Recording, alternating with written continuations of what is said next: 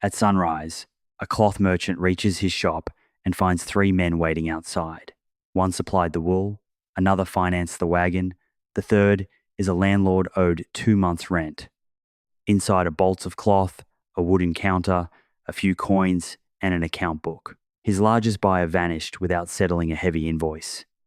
The merchant still owns valuable stock and customer claims, but none can produce enough coin today. All three creditors want payment now, and together they are owed far more than everything in the building is worth. There is no bankruptcy court to stop them. No trustee will count the assets or gather every claim. Ordinary rules still protect security and judgments, but no collective insolvency process forces the creditors into one settlement. A secured creditor, or the first to obtain judgment and execution, may take property before the others. The landlord can lock the door. Another creditor may have the merchant arrested. Selling every possession will not necessarily erase the unpaid balance. If the assets cover only half, the rest can remain attached to his future. Failure has no legal ending. For this man, the choice is simple: pay or prison. Today, bankruptcy is often imagined as an escape hatch for someone who borrowed irresponsibly. Historically, its deeper purpose was to solve a problem that appeared whenever debt became larger than the property available to repay it. What should happen when several valid promises cannot all be honored? Should the first creditor through the door take everything? Should an unlucky debtor be imprisoned until money somehow appears? Should the debt pass over every future wage, making recovery pointless? Or should the law force everyone to accept a controlled loss so the debtor can become productive again? Before societies created a regular way to answer those questions, the answer was often brutally personal. A debt could consume land, tools, livestock, freedom, reputation, and family labor. At other times, rulers simply cancelled obligations to prevent the social order from breaking apart. Between endless enforcement and sudden forgiveness lay a missing institution, a procedure that gathered creditors together, exposed the debtor's property, divided what remained, and declared when the chase was over. The crisis also travelled backward through the chain. The wool supplier may owe the dyer. The wagon owner must pay the stable. The landlord may depend on rent to settle a builder's account. Every debt is both one person's liability and another person's asset. When the missing buyer fails the merchant, the loss does not stop at the shop. It moves into 3 other households and businesses. One broken promise can therefore trigger several more, which is why private failure can become a commercial panic. To understand why that institution mattered, begin with debt itself. Debt moves resources through time. A farmer receives seed before harvest. A merchant receives goods before selling them. A household survives winter on food. It expects to pay for after-work returns. The lender gives up value in the present in exchange for a claim on the future. That claim allows crops to be planted, voyages to begin, and businesses to grow before their owners possess all the necessary cash. But the future used as collateral does not yet exist. Rain may fail, a ship may sink, a customer may disappear, a borrower may gamble away the money or hide assets deliberately. The lender cannot know which story will occur, so every debt combines productive possibility with the risk of default. Credible enforcement can make lenders more willing to provide credit and may reduce what they charge for uncertainty. Yet if enforcement becomes absolute, one failed season can turn a temporary shortage into permanent exclusion. There is also a difference between being unable to pay today and being unable to pay at all. A merchant may own valuable inventory but lack coins until it sells. That is a problem of liquidity. Another merchant may owe 100 pieces of silver while owning property worth only 40. That is insolvency. A third may have enough wealth but conceal it. That is fraud. Older systems struggled to distinguish these conditions. To a creditor staring at an empty hand, all three could look like the same broken promise. The earliest protection was therefore not bankruptcy. It was security.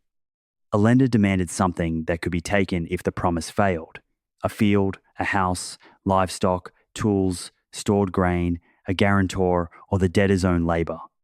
Collateral reduced uncertainty because the claim no longer depended entirely on future honesty. but it also decided who would absorb disaster. When a harvest failed, the lender could survive by taking the farm. The borrower survived only by losing the means of producing the next harvest. Ancient Mesopotamia reveals this contradiction clearly. Farming required seed, grain, and silver before crops could be gathered. Temples, palaces, merchants, and wealthy households supplied those advances. A successful harvest repaid them. Drought, flood, war, or illness could make repayment impossible, even when the farmer had done nothing reckless. Interest and arrears then transformed a seasonal loan into a claim against land, family members, or labor. Clay records reveal principal, interest, collateral, witnesses, deadlines, and repayment. They also show how closely debt could reach into a household. A provision in the law collection associated with Hammurabi says that a debtor, wife, son, or daughter placed in debt service would serve 3 years and regain freedom in the fourth. It was not a modern discharge, and a royal law collection cannot tell us how every case ended. But the ideal exposes the danger. An unpaid account could turn people into assets. Mesopotamian kings sometimes used a more dramatic remedy. Royal decrees could cancel selected personal and agrarian debts, free people held in debt service, and restore rights lost to creditors. These clean slates were political resets, not individual filings, and many commercial claims survived. Their logic was larger than mercy. If cultivators lost land and freedom, the palace lost taxpayers, soldiers, and workers. Enforcing every promise to its limit could weaken the kingdom expected to honor those promises. Relief carried a cost. If lenders expected distressed debts to disappear at the next proclamation, they could refuse to lend, demand more collateral, or disguise obligations. Protecting current borrowers changed the expectations of future lenders. Every relief system would face the same question: how much rescue can it provide without making tomorrow's credit too scarce or expensive? Athens faced a related crisis in the early 6th century BCE. Later tradition credited Solon shaking off of burdens with cancelling debts and freeing Athenians sold abroad, though the extent of cancellation remains debated. The secure turning point was the end of enslaving Athenian citizens for debt. This was a political settlement, not an office where every insolvent potter could request discharge. It changed what a creditor could claim. Payment and property were one thing. The citizen's body was no longer to be treated the same way. Roman procedures later allowed an insolvent person's property to be gathered and sold for creditors. Voluntary surrender could avoid some harsher personal consequences, but it did not produce a fresh start. Reputation, civil disabilities, and unpaid balances could survive the sale, and later property might still be pursued. Rome had moved the target from body toward estate without placing a firm endpoint on the debt. The fundamental problem remained mathematical. Suppose the cloth merchant owes 60 coins to the wool supplier, 30 to the wagon owner, and 10 to the landlord. His entire shop will sell for 50. There is no arrangement in which all 100 coins can be paid. Punishing him cannot change 50 into 100. The law can only decide how the unavoidable loss will be distributed. Without a collective procedure, each creditor has a reason to rush. If the wool supplier waits patiently while the landlord seizes the inventory, patience becomes financial suicide. Even a creditor who would prefer the shop to continue trading may attack simply because everyone else might attack first. Useful assets are broken apart, customers flee, and a business worth more alive than dead collapses in a race to the door. The debtor also receives a dangerous incentive. If surrendering the shop still leaves a lifetime of debt, why reveal every coin? Why not pay a favored relative first, hide valuable goods, transfer property to a friend, or run to another town? Endless liability can sound morally strict while encouraging concealment. A system designed to enforce honesty may make honesty irrational. This is the hidden economics of bankruptcy. It is not only a contest between kind debtors and cruel lenders, it is a coordination mechanism for people whose individual actions can destroy value collectively. It pauses the race, creates one estate, investigates transfers, ranks claims, and divides a shortage according to rules known in advance. Discharge adds the final bargain. Reveal and surrender what the law requires now, and qualifying old claims will stop pursuing you later. Medieval Europe possessed many local methods for handling default, but no single universal system. Customs differed among cities, fairs, guilds, and kingdoms. A debtor might negotiate extensions, ask relatives to guarantee payment, assign goods, flee, seek protection from a powerful patron, or face seizure and imprisonment. Merchant communities developed rules because long-distance trade made failure contagious. When one trader collapsed, correspondents in several cities could discover that the same cargo or account had been promised more than once. The moral language surrounding failure was harsh. Credit depended on character, so default easily became evidence of dishonesty. A person who could not pay and a person who would not pay were difficult to separate. The failed merchant appeared to have consumed property that belonged, morally if not physically, to others. Flight made the suspicion stronger. Closing the shop or hiding at home looked like confession. For many other debtors, prison became the pressure mechanism.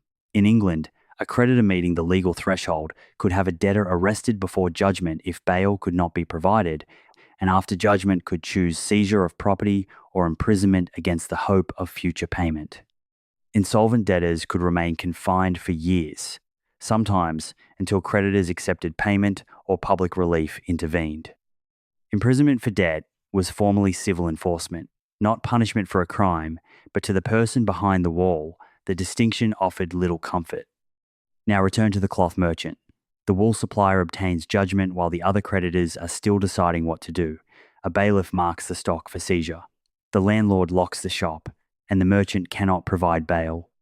At the iron gate, the account book recording what customers owe remains an asset on paper, but the man who knows those customers can no longer collect it. His tools are scattered while his expenses continue. Prison has not turned promises into coins. It has separated the debtor from the only business that might have paid them. Pay or prison was never a true choice when payment was already impossible. Debt imprisonment contained an obvious economic contradiction. A shopkeeper removed from the shop could not rebuild sales. A craftsman separated from tools could not produce. A labourer in a cell could not earn an ordinary wage. The creditor gained leverage, but might destroy the debtor's capacity to pay. Confinement made more sense when relatives could be pressured to settle, hidden property could be exposed, or a debtor was believed to be refusing rather than unable. Against a genuinely penniless person, it was a machine that consumed food and fees while producing no repayment. Conditions varied by place, period, and wealth. Some prisoners with money could buy better rooms, food, or limited privileges. The poor depended on charity, family, or whatever work could be arranged. Jailers charged fees, which could add new obligations to the old ones. Families sometimes entered the prison orbit because supporting a confined parent meant carrying food and rent while losing the income that person once earned. One broken account could reorganize an entire household around a locked gate. Creditors were not always wealthy villains. A widow might depend on rent. A small supplier might have borrowed to finance the goods delivered to the failed merchant. Workers might be waiting for wages. If the law released every debtor without investigation, losses could travel backward through the chain and bankrupt the creditor too. This is why reform was so difficult. The same prison that looked senseless from inside the cell looked like the final defense of honest commerce from outside it. The missing distinction was between misfortune and deceit. A fire, shipwreck, war, or failed customer could ruin a careful merchant. Another merchant might purchase goods on credit while secretly planning to flee with the proceeds. Treat both identically and the honest person is crushed. Release both automatically and fraud becomes profitable. Bankruptcy law evolved as a bargain intended to separate them through disclosure, examination, and penalties. England's first statute, commonly identified as a bankruptcy law, conventionally dated 1542-43 under Henry VIII, revealed its distrust. Its target was not the unfortunate household seeking relief. It described people who had obtained large amounts of other people's goods and then fled or kept themselves hidden rather than paying. High officials could gather and sell the debtor's property and distribute the proceeds among creditors. That was a major institutional step because it replaced pure seizure with collective administration. If several creditors held valid claims, the estate could be divided proportionally instead of rewarding only the quickest collector. But the statute was designed as a weapon for creditors, not a fresh start for debtors. It did not erase the unpaid balance. It did not protect future acquisitions from the old claims. The bankrupt was treated less like a patient in financial distress than a suspect whose property had to be captured. Later, English legislation made the procedure more developed and tied bankruptcy especially to traders. This distinction mattered. A merchant who bought and sold on credit could be placed into bankruptcy, while an ordinary labourer or household debtor often belonged to the separate and harsher world of insolvency and imprisonment. Bankruptcy was not initially a right that anyone could voluntarily claim. Creditors triggered it against people whose conduct fit legally defined acts of bankruptcy. Return to the merchant's locked shop in this new legal world. If he has departed, concealed himself, transferred goods suspiciously, or committed another legally defined act of bankruptcy, creditors may begin a commission. Officials investigate, take control of the estate, and invite claims. The process can prevent one creditor from stripping the shelves. Yet after the final bolt of cloth is sold, the merchant may still owe whatever the proceeds failed to cover. The procedure closes the estate without necessarily releasing the person. The act, commonly called the 1705 Bankruptcy Act, assented to in 1706, introduced discharge for qualifying bankrupt traders. A later amendment required approval from 4/5 of creditors by both number and value.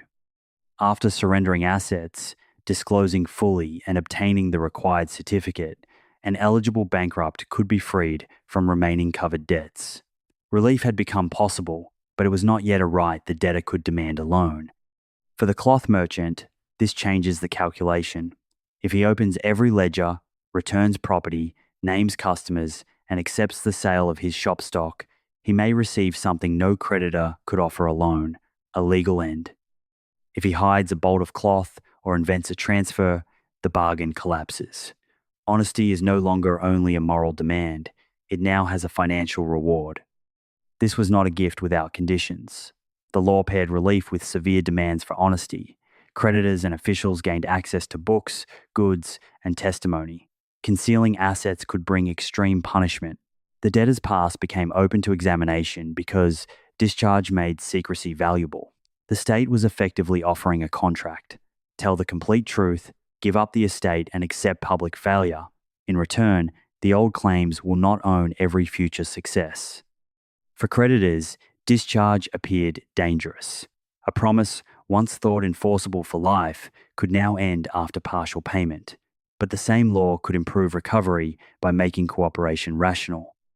A debtor who expected a genuine endpoint had less reason to flee or bury property. Assets could be collected before they vanished. Creditors could share information and receive a proportionate distribution instead of spending money fighting one another for fragments. For the economy, the change altered the value of a failed person's future labour. Under endless liability, every additional coin earned might immediately be taken, so remaining idle, working invisibly, or leaving the jurisdiction became attractive. Under discharge, future effort could once again benefit the person producing it. The law accepted a smaller claim on yesterday in exchange for a larger contribution tomorrow. Yet the fresh start remained narrow. Bankruptcy rules privileged commercial actors for generations, while ordinary insolvent debtors still faced different procedures and prison. Parliament repeatedly passed relief acts that released groups of prisoners under specified conditions, partly to reduce overcrowding. In the 18th century, debtors formed the largest element of the English prison population, and dozens of temporary insolvency measures were used to clear jails.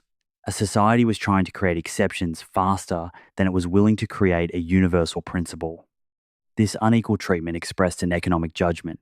Merchant risk was increasingly seen as useful. Trade required people to buy cargo, extend credit, and invest in uncertain ventures. If every commercial failure meant lifelong ruin, cautious people might avoid enterprise, and experienced traders could disappear after one shock. The failed merchant was gradually reimagined as someone who might deserve another attempt. The poor consumer debtor was slower to receive the same sympathy. The language of morality did not vanish. Relief threatened moral hazard. If borrowers expected debts to be discharged easily, they might borrow too much, take reckless risks, or transfer losses to careful lenders. Creditors would respond by raising prices, charging more interest, demanding stronger collateral, or refusing vulnerable borrowers. A useful bankruptcy system, therefore, had to be forgiving enough to preserve productive lives and strict enough that repayment remained the normal expectation. It also had to control favoritism. On the eve of failure, a debtor may want to repay a brother, a friendly lender, or the supplier needed for a future business, while leaving everyone else with nothing. From the debtor's point of view, loyalty makes sense. From the collective estate's point of view, it allows private choice to rewrite the order of claims. Bankruptcy procedures developed powers to challenge suspicious transfers and preferences because equal treatment means little if the cupboard is emptied the night before officials arrive. Across the Atlantic, the United States inherited both the need for credit and the argument over relief. The Constitution authorized Congress to establish uniform laws on bankruptcy, a recognition that debts and commerce cross state borders, yet national policy remained unstable. The federal bankruptcy laws of 1800, 1841, and 1867 followed periods of crisis and were all repealed after relatively short lives. Each reopening of the question revived the same conflict between mercantile discipline and a fresh start. The 1800 law was limited to merchants and involuntary cases. Broader laws in 1841 and 1867 also proved temporary. Only the Bankruptcy Act of 1898 established a durable national framework. Repeated enactment and repeal showed how fiercely Americans contested who deserved a fresh start. Uniformity mattered because debt ignored borders. A merchant could borrow in one state, own goods in another, and owe creditors in several more. If one state released him while another still treated the debt as alive, neither borrower nor lender knew where the promise ended. A national procedure gave creditors one forum, one inventory, and one result. Bankruptcy was becoming infrastructure for a country-sized credit market, not merely a local judgment about one person's character. Modern systems differ, and bankruptcy never means that every obligation disappears. Secured creditors may retain rights in collateral. Some debts are excluded from discharge. Non-exempt property can be sold, businesses can close, and reputations can suffer. Reorganization may preserve a viable operation while changing payment terms. Liquidation may end it. The innovation is not painless escape. It is a legally ordered loss. That phrase matters because insolvency contains no painless option. If the merchant has 50 coins of property and owes 100, someone must lose 50. The only choices concern who, how, and what happens next. Prison may place the loss on the debtor without creating more assets. A royal cancellation may place it abruptly on lenders. A first-come seizure may place it on slow creditors. Bankruptcy makes the shortage visible and applies a rule to it. The rule changes lending before any failure occurs. Creditors price the possibility of bankruptcy into rates, collateral, and approval. Borrowers gain access to risk because ruin has a boundary. Entrepreneurs can attempt new ventures that create real public value, even though some individual attempts fail. At the same time, lenders investigate more carefully because the law no longer promises unlimited pursuit. Bankruptcy is therefore not only about cleaning up collapsed debts, it shapes which debts are created in the first place. Return one final time to the cloth shop. Under the oldest personal system, the wool supplier takes the cloth, the landlord locks the building, the wagon owner gets nothing, and the merchant may go to prison while the account continues to exist. Tools and customer relationships are scattered. Every participant acts rationally, yet together they destroy the remaining value. Under a collective system, collection pauses. The bolts of cloth, coins, receivables, and furniture enter one estate. Claims are examined. A secret transfer to a cousin can be reversed. Secured and priority rights are respected, while other creditors receive whatever fraction the rules allow. Perhaps the shop is sold. Perhaps an arrangement keeps it operating. Either way, the shortage is measured rather than hidden behind punishment. Then comes the most radical moment. The unpaid remainder stops. The merchant does not recover the property surrendered, and failure does not become honourable merely because a court processed it. But future labour is no longer automatically owned by yesterday's creditors. He can work openly, rent another room, rebuild trust, and eventually borrow again if someone believes the risk is worthwhile. Before bankruptcy laws, societies tried almost every alternative. They pledged bodies, seized farms, relied on guarantors, imprisoned defaulters, expelled failed traders, and occasionally cancelled whole categories of debt by royal command. Each method protected one part of the credit system while damaging another. Harsh collection protected the promise, but could destroy the person capable of fulfilling it. Mass cancellation rescued the person, but could weaken the next promise. Bankruptcy created a middle path by admitting an uncomfortable fact. Sometimes a valid debt cannot be paid in full. Law cannot manufacture missing wealth. It can only preserve what remains, distribute the loss, punish deception, and decide whether failure will be a life sentence. The deepest invention was therefore not forgiveness. It was finality. A society that lends against the future must eventually decide how much of that future one failed promise is allowed to consume. Before discharge, debt could become an identity. After discharge, it could become an event with a beginning, an accounting, and an end. That was the economics of debt before bankruptcy laws.